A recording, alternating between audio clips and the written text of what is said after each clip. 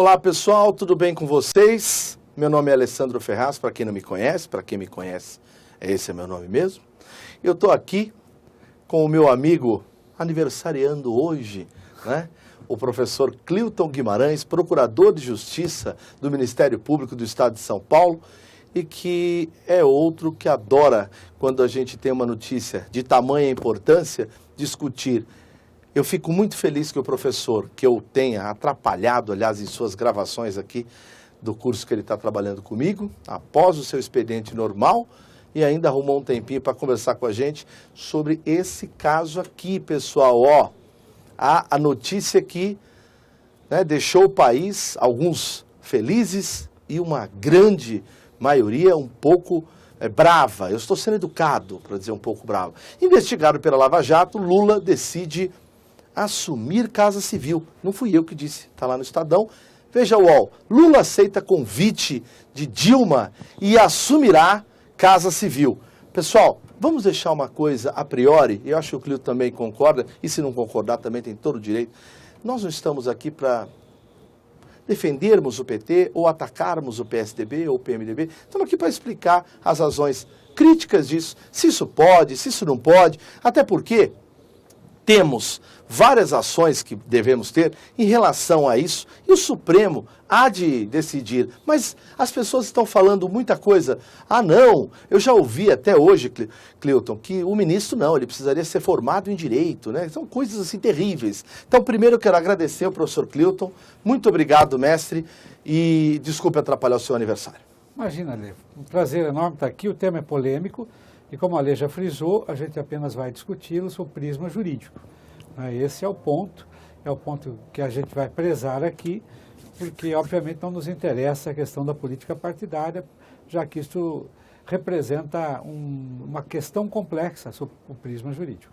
Bom, primeiro eu vou pedir vênia, vou pedir licença ao mestre Cleilton, para que eu sei, professor, que eu tenho muitos colegas que não são formados da área jurídica e pessoas que estão assistindo esses encontros nossos e que não são da área jurídica, só para entender uma coisa, professor. Primeiro, o artigo 76 da Constituição, eu coloquei de uma forma em slide apenas para ficar mais claro, o poder executivo exercido pelo presidente da República, auxiliado pelos ministros de Estado. No nosso sistema de governo, Cleilton, é o presidencialismo. Portanto, nós temos a figura do presidente da República, que tem em suas mãos a chefia de Estado e chefia de governo. Em outros países, professor, como na Inglaterra ou em outros, eu posso ter a figura do chefe de Estado, presidente ou rainha, e o chefe de governo nas questões internas. Há uma discussão, inclusive, no nosso país, em se mudar isso para parlamentarismo. É isso que se discute também, professor? Hoje, existe uma discussão levantada, não é, no Senado, pelo presidente do Senado, pelo senador Zé Serra, quanto à possibilidade daquilo que vem se denominando semipresidencialismo, que é uma forma atenuada de parlamentarismo. No parlamentarismo, como todos sabem, existirá um chefe de Estado, como uma figura à parte, e um chefe de governo. Ok. O semipresidencialismo funcionaria mais ou menos da mesma maneira. O presidente da República terá funções diferenciadas e o governo mesmo caberá a alguém, a quem se confiará esse encargo. Alguém como um primeiro-ministro também. Perfeito. O artigo 84 da nossa Constituição de 88, a Constituição Cidadã, Cleilton, deixa claro que compete ao presidente da República nomear e exonerar ministros de Estado. Não há concurso, galera, para esse tipo de coisa. Nomeia-se justamente em razão da confiabilidade. Então, quanto a isso, não há nenhum problema em nomeação do Luiz Inácio Lula da Silva. Não há. Outro detalhe importante, Cleilton, parece que o Lula tem mais de 21 anos e os ministros de Estado serão escolhidos dentre brasileiros maiores de 21 no exercício de direitos políticos. Então, a priori, isso parece, para aqueles que de repente devem falar, poxa, parece um cargo em comissão lá do serviço público. Então, do jeito que tem a confiança, pode cair o ministro. A presidenta pode escolher outro para aquela mesma pasta. Correto, mestre? Isso. Quando nós falamos aqui nessa nomeação, nesse poder, nessa competência, é uma competência para a nomeação alguém né, até independentemente de sua confiabilidade, porque o cargo é de confiança. A palavra que expressa melhor sentido é a palavra confiança. Confiança pessoal do chefe de governo, do chefe de Estado, que é o presidente da República. Então ela pode nomear, né, no caso a presidenta Dilma, qualquer pessoa em quem ela deposite confiança, desde que seja maior de 21 anos. Ok. Aí vem o problema, professor Cleuton, que todo mundo quer discutir. Professor Cleuton Guimarães, nós já lemos teses em vários sentidos. Eu tenho uma opinião, o senhor tem outra, mas vamos deixar o pessoal conhecer as nossas opiniões. A primeira delas, desembargador Vladimir Passos, que escreveu recentemente, que isso, e assim como outros juristas seguiram a mesma, filiaram-se a essa mesma corrente, dizendo que isso não poderia ocorrer por conta de nós estarmos diante de um ato nulo por desvio de finalidade. O que parece, o senhor, essa tese? Próspera? Não? O que o senhor acha disso tudo? Então, para compreendermos a questão como o professor Vladimir Passos de Freitas, será necessário que a gente considere que todo e qualquer ato administrativo ou de governo esteja sujeito a uma reapreciação do Poder Judiciário. No sistema da tripartição de poderes, o Judiciário pode intervir, pode rever atos do Poder Executivo, mas sempre foi consenso que ele podia fazê-lo se esse ato for um ato administrativo, né, e ele normalmente evitava, o Judiciário, rever atos de natureza política. Na Constituição brasileira, como somos um Estado democrático de direito, em que a própria política é regida, né, por diretrizes jurídico-constitucionais, a própria política é regida por diretrizes político-constitucionais, é possível pensar que até mesmo atos políticos estejam sujeitos à revisão do Poder Judiciário à medida em que eles se desviem daquelas diretrizes constitucionais. Poxa. Então, esse é o entendimento. Por exemplo, Bacana.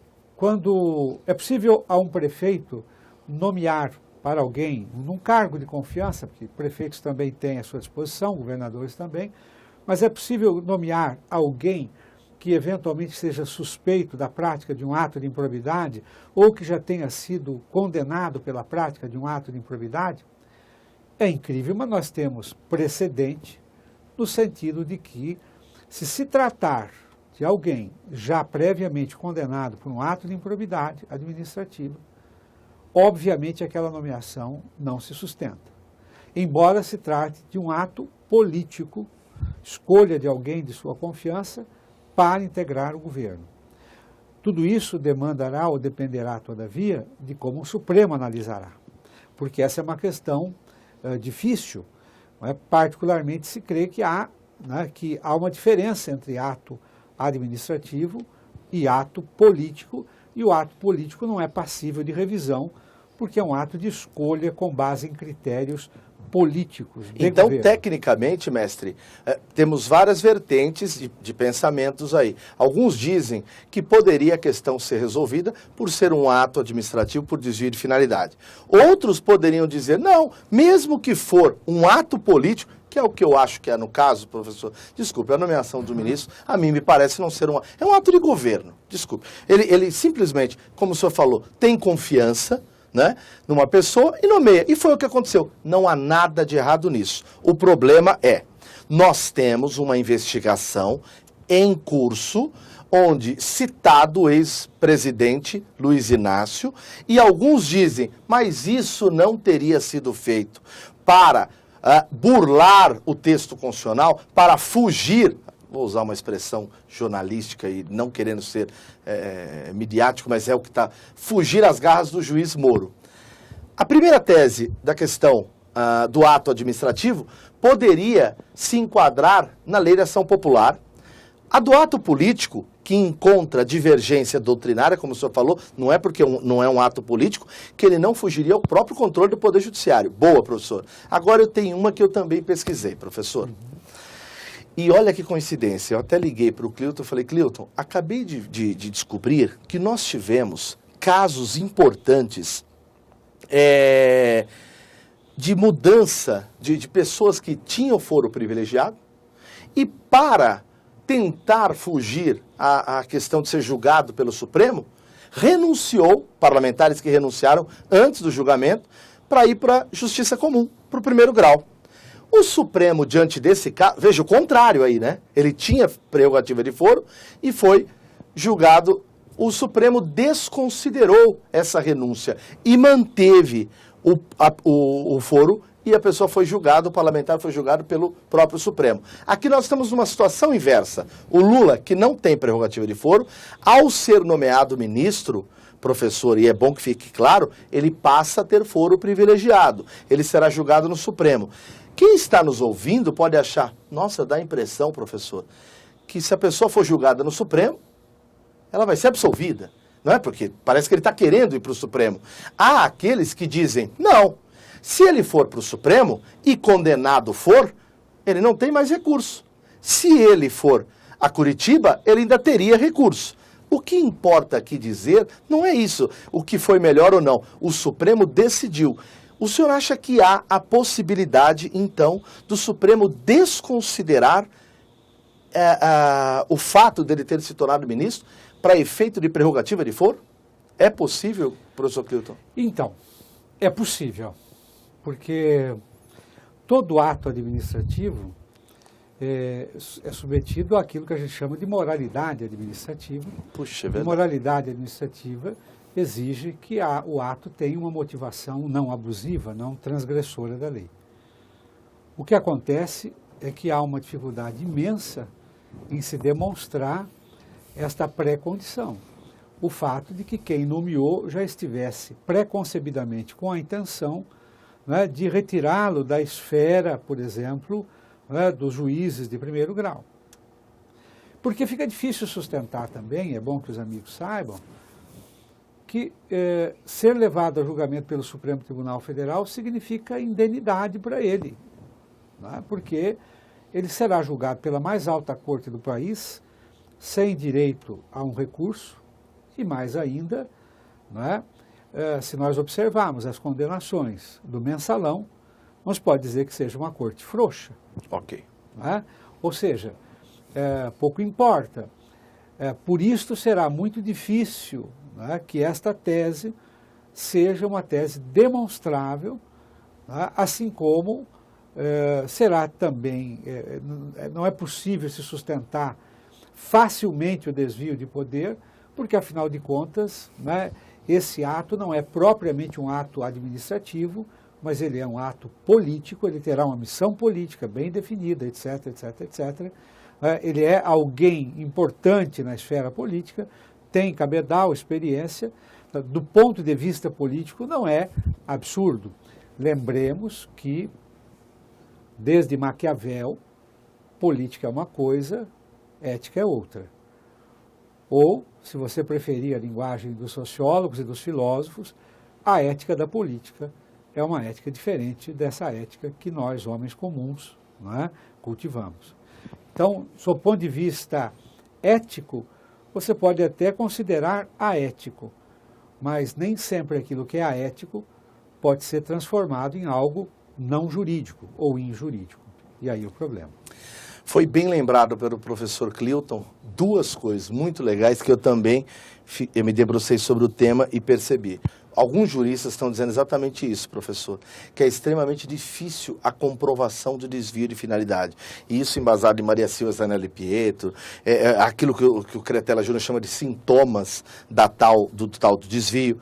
Agora, uma coisa é importante. Alguns professores dizem que, como o senhor acabou de citar, não, tudo bem, mas se houver essa desconsideração pelo Supremo, em relação ao ato de se ter tornado ministro, e ele ser julgado pelo Moro, simplesmente estará sendo respeitado o que o senhor acabou de falar, o princípio da moralidade administrativa esculpido no artigo 37. Então não há grandes segredos. Agora, uma coisa importante, professor, e aqui nós falamos, a gente não vai ficar discutindo a questão política e tudo mais. acho que o mais importante é que as pessoas saibam o seguinte, que independente da predileção da presidente em relação ao ex-presidente Luiz Inácio, que nós ainda temos instituições, estão em funcionamento, e o Supremo vai se debruçar sobre essa questão. E digo mais, o ministro Gilmar Mendes, de manhã, não sei se o senhor chegou a ouvir, num áudio, chegou a dizer exatamente aquilo que o senhor havia dito em relação à questão da possibilidade da Corte ter de julgar agora, ainda essa semana, questões envolvendo justamente sobre, e agora, o presidente Lula vai ter foro privilegiado ou não vai ter foro privilegiado? Então, o que não se pode é simplesmente dizer que a presidente não pode nomear o ministro Lula. Ela pode, mas tem de passar pelo crivo, se comprovado isso que nós acabamos de falar, pelo crivo do Poder Judiciário. É por aí? É por aí. E mais uma coisa. Não se trataria, nesse caso, de um ato nulo. Ele é, porque seria difícil declarar nulo o ato de nomeação. O que se poderia eventualmente fazer, e talvez seja esse o ângulo do ministro Gilmar, é declarar ineficaz para certa finalidade. Né? Então, uma ineficácia relativa. Perfeito. Ineficaz o ato para o fim de lhe conferir a prerrogativa de foro. Excelente. Então, não é que o ato seria inválido, acho que aí o professor Vladimir, que é um excelente jurista, né, emérito, etc., não é? Ele exagera porque não se trata de nulidade. O que temos aqui é efetivamente a questão da ineficácia relativa, talvez seja mais plausível, até pela natureza própria de ato político que esse ato tem. Olha, pessoal, eu queria primeiro agradecer ao professor Cleuton por essas explicações, agradecer por aquele vídeo que nós falamos sobre o ministro da Justiça, porque nós também tivemos de emitir a opinião aqui, e foi justamente o julgamento do Supremo, no sentido de se evitar, não sei se vocês lembram desse capítulo, tem um vídeo por aí, vai lá e coloca, ministro sai ou não sai, o professor Cleuton e eu conversamos sobre isso, e foi justamente a decisão do Supremo em dizer, olha, Ministério Público pós-1988, quer ser ministro, então escolha, ou saia e vai ser ministro. O que não dá é para transformar um promotor político, né, doravante, usando uma expressão mais simples. E foi realmente a decisão do que aconteceu. E agora o professor veio novamente, justamente envolvendo questão de ministério, mas a notícia de hoje é óbvio que tem um alcance muito maior. Professor Cleuton, muito obrigado e volto a dizer, não tenho interesse algum em discussão de partido A ou B. Adoro quando o professor Cleuton vem aqui porque nós podemos aprender mais e é o que eu tenho a agradecer de novo. Muito obrigado, Ale, obrigado a todos pela atenção e até uma próxima. Parece que teremos algumas outras oportunidades de debate. Acho que não vai faltar. Valeu, professor, obrigado.